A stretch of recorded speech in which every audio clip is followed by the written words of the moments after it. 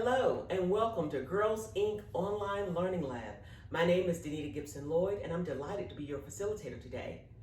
As you know, May is Mental Health Awareness Month and we should be taking care of ourselves. In fact, the Girls Inc. pledge says, because I am strong, smart, and bold, I will love and respect my body and treat my body with kindness. Well, a good part of treating our body with kindness is participating in self-care. Today, we are blessed to have a very wise lady who is a native of Columbus, Georgia, a graduate of Hardaway High School. She has a Bachelor of Science degree in psychology from the University of Florida and a Master of Social Work from Catholic University. Her name is Darlena Austin, and she is here today to give you the top 10 tips for self-care for strong, smart, and bold girls. Listen up. Thank you, Danita and the Girls Inc. organization for allowing me to share some self-care tips for strong, smart, and bold girls. It is indeed a pleasure to be with you in the month of May, Mental Health Awareness Month. And I'll say that when individuals ask me, do I think self-care is important? It always takes me back to my very first car. And I was a young lady right out of college, not a mechanic. And my expectation was every time I got in the car, it should be ready to roll, right? And so I didn't know anything about oil changes, never got an oil change. And then one day, the car just gave out on me. And I remember the mechanic looking at me saying, this engine is just all clogged up. When was the last time you had an oil change? And my response was, I didn't know I was supposed to get an oil change. And that's an analogy that I use when it comes to self-care. Just like I used my car, I kept running it. I kept expecting it to be available to me whenever I needed it. And because I didn't do the small incremental, self-care things, an oil change every 3 months, in the end, it ended up costing me a whole new engine, $2,500, when I could have spent $30, $40 a month just to get an oil change. So that speaks to me about us as human engines. When we don't take care of ourselves, i.e. self-care, we run ourselves ragged. And one day when we really need ourselves to push through and to take us to the next level in our life or to fulfill a dream, we're just not as available as we need to be. And I find that taking care of ourselves along this journey of life allows us to be available to whatever presents itself to us in our life. So self-care is extremely important to me. And so if I had to share 10 tips on self-care strategies, my very first one would be to breathe deeply and on purpose. There are so many benefits to breathing deeply. So when you are stressed or when you are having feelings of anxiety or even feel panicked, you breathe very short breaths from your chest versus your diaphragm. And breathing from your diaphragm actually allows you to decrease stress and causes you to feel calmer. It also releases one of those feel-good hormones called endorphins, and so it relieves pain also. Another thing that deep breathing will do is it actually detoxifies the body. 70% of the body's toxins are released when you are breathing and breathing deeply. 30% comes through bodily eliminations from the urine or from bowel movements. So a good way to detox the body is to simply breathe from the diaphragm. Another thing about deep breathing is that it actually gives you stamina. It increases your energy along with improving your posture. So that would be one of my very first tips, to breathe deeply and to breathe on purpose. Another thing, point number 2, would be to own your feelings. You feel how you feel. Now, how you respond to the feeling is another matter, or could be another matter. But sometimes when women, I normally work with women, feel a certain emotion, sometimes they can say, I shouldn't feel this way, or I'm wrong for feeling this way, or I feel guilty for feeling this way. And my advice to them is to own how you feel. It's your feeling. Acknowledge that. And then work through why you're feeling that way. And always, always remember, how you respond to the feeling is your choice, but never deny how you're feeling. The third point would be to develop a positive thought life. So, as a clinician, one of the strategies that I work with women on is healthy thoughts, because there is definitely a connection between how you think and how you respond behaviorally. So thoughts produce an emotion, and from that emotion, you're going to act out a certain way. And then you get responses back from friends and neighbors based on how you behave, right? If you want to get a different response back, if you want different outcomes, change how you're thinking.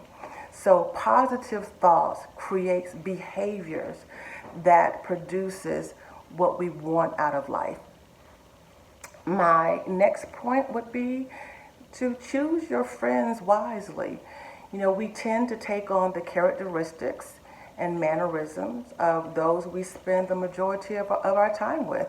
That also includes social media, not just physical people, but wherever we're getting our diet from, whoever is, putting things on the inside of us, we will act those things out in one way or another. They will cause us to feel a certain way, form certain opinions, So you want to make sure that you choose people to be in your inner circle who can contribute to the greatness that you possess, who believe, that you are a worthwhile individual, who treats you well, who listens to you, who respects you, who esteems you, who also is honest with you. So when you surround yourself with people who support you, that's a good thing. So make sure you choose your inner circle wisely. And I say inner circle because you will have that inner circle, and then you will have other circles, but that small group of people that you feel safe with, that you can be yourself with and tell them how you're feeling and what's going on with you, that's so very important. Choose them wisely, okay? The next thing that I would share, and this would be point number 5, would be to unmute your voice. And I say that because one of the things in working with women is sometimes they forget to voice their dreams and their wants and their needs. And they just simply kind of go along with the flow to make things better. Or maybe they just, put themselves on hold for so long that they become disconnected from what's important to them. And so they end up sacrificing their dreams and their hopes and their vision. And instead of living, they just simply exist, get up and go through the motions of everyday life. So my advice to you would be to know that your voice is important. What you feel is important. Your wants are important. Your needs are important. And I would encourage you to spend some time thinking about what your wants and your needs are so that you can articulate those to someone else so they can understand what you're talking about. But know that your voice is powerful, so unmute it and speak.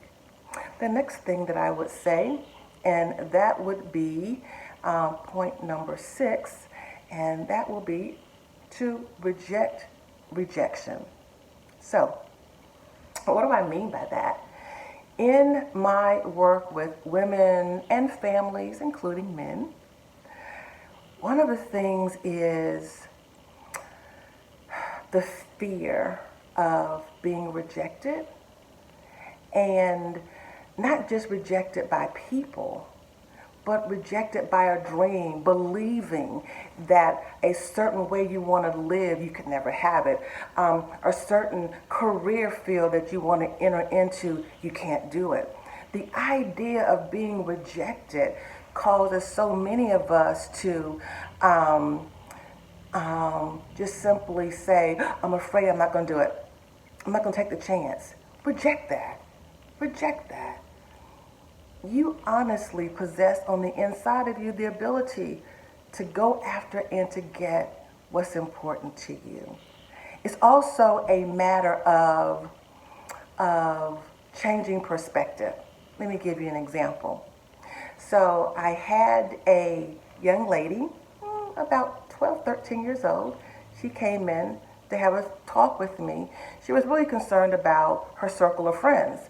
And she felt bad because the girls that she wanted to hang out with, one in particular, wasn't very nice to her. And so I said, let's reframe this. The young girl who has walked away from you and says they don't want to be your friend anymore, maybe they just presented the opportunity for the person who's supposed to be your friend to step in. See, it's all a matter of perspective. And so after she thought about that, she said, you know what, you're right. Out with her. I'm waiting for my real friend to come. So rejection. Now, this one is one of my favorites, and it is point number 7, and it is be your best friend. I can't tell you how important this one is. Because sometimes as women, you know, we give and give and give, and you're young girls and you are evolving into women, you know, and I find that we can give and just give and give and give, and sometimes we neglect to spend time with ourselves, to be kind to ourselves. When we make a mistake, you know, not feeling so bad that we just harp on ourselves and we think that we're worthless and no good. No. Be your best friend. Get up in the morning and speak kindly to yourself. When something doesn't work out the way that you wanted it to, say, oh, I just learned a way that I shouldn't do it. I'm going to try it different the next time. Be kind to yourself. Why? Because you can't give to anybody else, but you can't give to yourself. So if we want to be a best friend, if we want to position ourselves to get best friends, first let's be that to ourselves. Be kind to yourself. So that brings me to point number 8. And I will say that it's really important to understand how you are wired to receive love and to express love. There's something that's called the 5 love languages, and Dr. Gary Chapman is the individual who is credited with this work on the 5 love languages. And he simply shares that after years, decades even, of working with married couples, that he discovered that how each one felt love could be broken down into 5 categories. The first one being quality time. So this means that a person who is primarily wired for quality time feels most loved when they're spending time with someone who's important to them.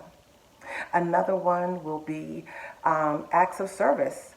So someone who says, you know what, I feel loved when you're helping me wash dishes. Because acts of service is really important to that person. Another person may be wired for physical touch.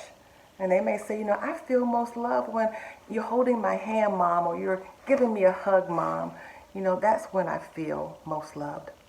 Also, another one is words of affirmation. This person says, you know, I feel loved and I feel like I'm being loving when I'm speaking words of kindness, you know, to someone else. And then the last one is gifts. And this person feels most loved and like they are showing they love someone when they're giving gifts. And so you knowing the primary way in which you are wired will be good, especially, in interacting with your friends and interacting with, your family. Because here's the thing, not all of us is wired the same way. And so what does it look like when there is a mom who is wired for, let's say, acts of service, and her child is wired for touches, you know, and that mom feels like, I just don't feel like, that, I love you because I don't think you appreciate the fact that I go to work every day, and when you cut on the lights, they come on, and there's food here for you to eat. I don't think you really appreciate that. And the child may be thinking, well, that's nice, but you know what I really want, Mom? I really want a hug, And so everyone is wired differently. And as you grow and continue to form relationships with other people, you knowing how you are wired to show love and give love will help only to enhance relationships with other people. And number 9 is fun. Well, they're all fun. But I think that letting your imagination run wild is so important. Being able to have time where you just dream, where you begin to see yourself 5 years from now, 10 years from now, next week. Being able to explore mentally what's important to you, what you like and what you don't like, and start creating, an image of who you want to be when you get to be older, and what you want to do with your life, going to college or learning a skill. One of the things that, in working with women when they come to me, is a lot of times they tell me, I have no idea who I am. I don't have a vision for myself, and therefore I'm just depressed. And I will ask, when's the last time you let your imagination run wild? Where you just let it take you on a journey to discover what you like or what you don't like, or what you would like to, get involved with. Dream a little bit. So sometimes, you can get caught up in the homework and going to all these different activities, and it expends a lot of physical, energy.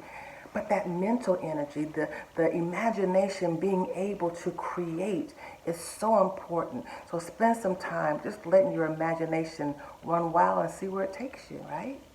And the last thing would be to release the feel-good hormones and to release them often. So our body actually is wired to release 4 hormones. The first one is dopamine and oxytocin and serotonin and even endorphins. And these hormones cause us to feel happy. They cause us to feel connected to other people. And when we do things like working out and social gatherings, we're actually releasing these hormones. So my thing is, release them as often as you can. Have fun, laugh, joke, discover new activities, hang out with your friends, hang out with your family. Find ways to release these endorphins, these hormones on purpose, and enjoy your life. So those would be my 10.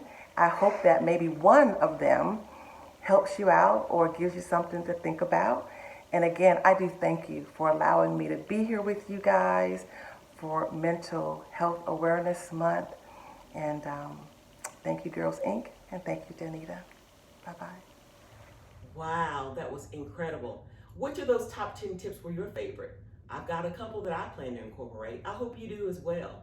There's nothing wrong with taking care of yourself, mind, body, and soul. So we encourage you to please do that. And remember, as always, we're here with Girls Inc. Online Learning Lab, and we're always inspiring you to be smart, strong, and bold, and also stay safe. Until next time, I'm Danita Gibson Lloyd, and I look forward to seeing you, and you are in all of our thoughts and prayers.